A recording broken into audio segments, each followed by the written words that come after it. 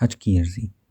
مہینے گزر گئے، پھر ہالینڈ سے قدرت کا خط موصول ہوا۔ لکھا تھا، مایوس نہ ہو، اللہ کے در پر نا امیدی گناہ ہے، انشاءاللہ ہم ضرور حج پر حاضری دیں گے، آپ حج کے لیے عرضی گزار دیں۔ قدرت اللہ کے اس خط نے اثر نو امید کا دیا روشن کر دیا۔ میں سمجھا کہ خوابوں کی تعبیر کا وقت آ گیا ہے۔ میں نے عرضی کا فارم منگوایا، قوائف درج کیے، رقم جمع کرائی اور پھر تیاری میں مصروف ہو گیا۔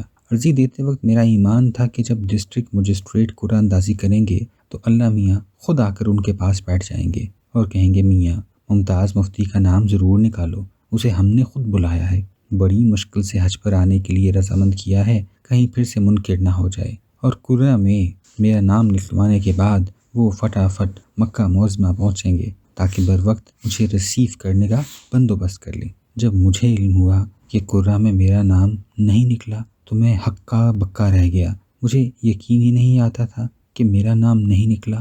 کئی ایک روز تو میرا ذہن معاف رہا۔ پھر میں نے قدرت کو اطلاع دی کہ میرا نام قرعہ اندازی میں نہیں نکلا۔ جواب میں انہوں نے لکھا، نہیں نکلا تو کوئی بات نہیں، آپ اگلے سال پھر عرضی گزاریں۔ اگلے سال پھر میرا نام نہ نکلا تو پھر دھچکا لگا۔